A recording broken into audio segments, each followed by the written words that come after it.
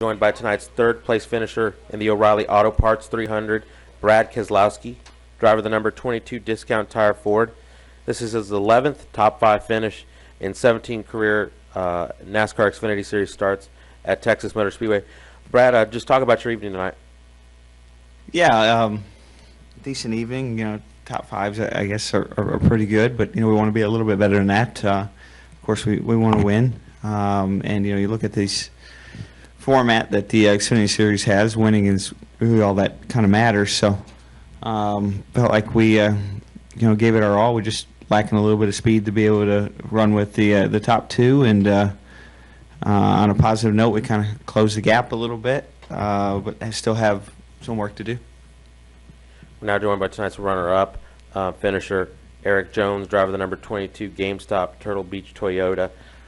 His third consecutive pretty good there, didn't Third consecutive top 5 finish at TMS and NASCAR Xfinity Series competition. Yeah. It's still good. Erik, another successful run for you at TMS, even battling through a penalty there. Talk about your evening and then just that battle with Kyle. Yeah, it was a good run for us overall and a solid day. Just obviously didn't have quite enough at the end, and some of that was from having to come back through the field and not being able to keep up with the racetrack. But that penalty wasn't the reason we ran second by any means. So they just did a little bit better job adjusting there late. We were able to get around them on the second or third run there, and they got the penalty. But a really good car overall. We made a nice adjustment there after the first run. I didn't think we were going to be anywhere close for the rest of the night, and then I got it where it needed to be, and we were able to run second, which isn't where we want to be. We want to be able to beat the 18 here one of these days, but we're definitely the closest we have been, I feel like. All right, we'll go and open it up for questions. We'll start down here with Reed.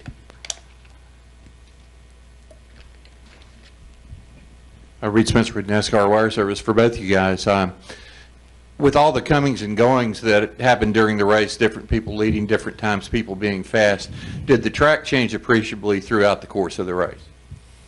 I thought it did, yeah. I thought it just laid a lot of rubber down and started to get almost slick again. At the start of the race, it felt like it was I don't know how to describe it. Almost green in a way. It had a lot of rubber down, but it was really free. And then as the night went on, it just started to really rubber up and almost get greasy and just slick. So we just kind of got out of the racetrack there on that last run especially. Yeah, what he said. Yeah. Matt Weaver, Auto Week Racing. Erik, you never want to finish second to anyone. You want to win these races. But does it get somewhat frustrating that every time that you find yourself in position to win one of these races, it is Kyle and you find yourself finishing second to him?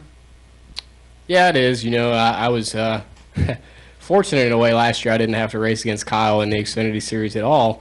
And now this year, obviously, he's back and he's the man to beat and in old form again. So, it's not frustrating. I wouldn't say that's the right word. I think it's, I respect what he does and I appreciate his ability.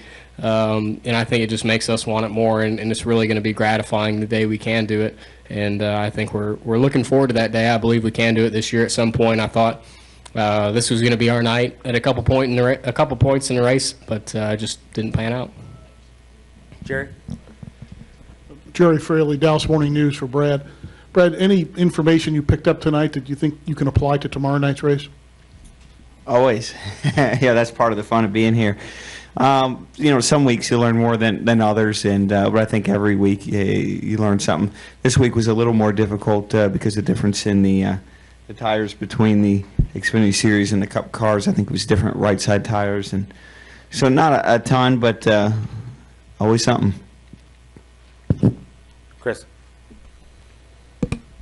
Chris Knight, catchfans.com. Erik, next week we go to Bristol. It's the first Dash for Cash race and the start of heat racing in the Xfinity Series. How are you looking forward to that?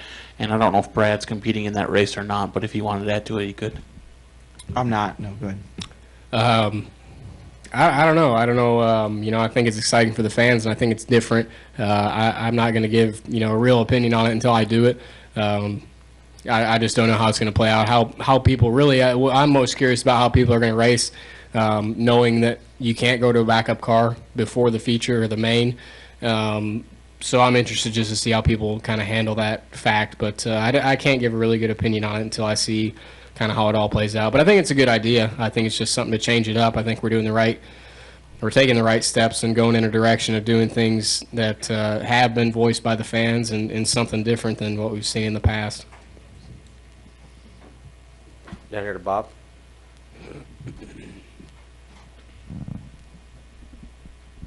Bob Hockers, ESPN. Brad, you have the same pit stall tomorrow night that you did tonight. Was that done? I mean, I know Xfinity pits picked before Cup pits, but did you pick the Xfinity pit with the idea that you were hoping to be in Well, that stall? I didn't pick it at all. I was in the car, but I'd like to think my teams worked together. That's one of the things you hope when you have two programs like this.